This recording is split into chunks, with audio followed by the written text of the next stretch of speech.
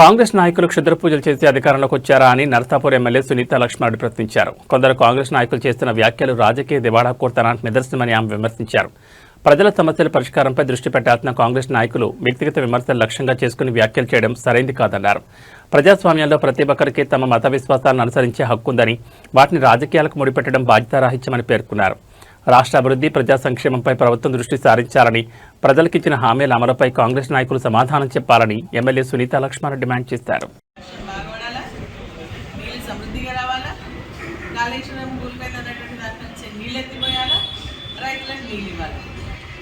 నేను కూడా నిజంగా నర్సాపూర్కి సంబంధించి కూడా మంత్రి గారిని నీళ్ళు వద్దామని అడిగినాం. మన కొండపోచమ్మ నుంచి హల్దీవాగు లేకపోతే పాదయాత్ర చేస్తామని నిర్ణయం కూడా తీసుకున్నాం.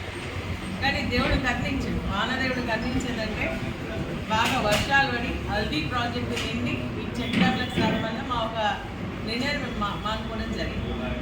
సో అట్లా మంచి జరగాలని మేము కోరుకుంటామే తప్ప ఈ కాంగ్రెస్ పార్టీ ఏంటంటే కేవలం డైవర్షన్ పాలిటిక్స్ తాను బీఆర్ఎస్ పార్టీని ఏదో ఒక రకంగా నిందించాలని ఒక ఆలోచనతారు. పొద్దున లేస్తేనప్పటి నుంచి మళ్ళీ రాత్రి పడుకునేదాకా బీఆర్ఎస్ పార్టీ వాళ్ళని తిడితే తప్ప వాళ్ళకి నిద్ర పట్టదు అన్నట్టుగా ఈరోజు మన కాంగ్రెస్ పార్టీ నాయకులందరూ కూడా మాట్లాడుతూ ఉన్నారు. తప్పకుండా ప్రజలు గమనిస్తూ ఉన్నారు.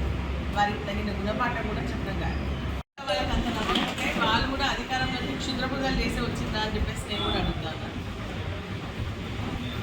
హరీష్ రావు గారు ఏదో పని మీద బయటికి వెళ్తే దాన్ని పట్టుకొని ఇక్కడ వర్షాలు పడవద్దు, అందుకని వాళ్ళు అక్కడ పూజలు చేస్తుంది తెలియదు అని చెప్పేసి మాట్లాడటం హాస్యాస్పదం, ఖండించదగ్గటువంటి విషయం.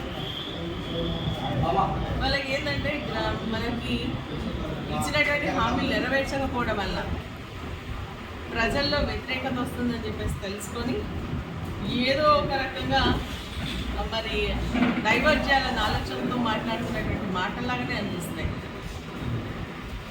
విద్యార్థుల పైన ఇంజనీర్స్ వేస్ట్ అనేది మాట్లాడుతున్నటువంటి పద్ధతిలో ముఖ్యమంత్రి మాట్లాడుతూ ఉంటే, ఒక విద్యాశాఖ మంత్రిగా మాట్లాడుతుంటే అసలు దానిపైన విద్యార్థుల్లో వస్తున్నటువంటి నిరసనను డైవర్ట్ చేయడానికి మాట్లాడుతున్నారేమో, మాట్లాడిపించిందేమో అనిపిస్తుంది.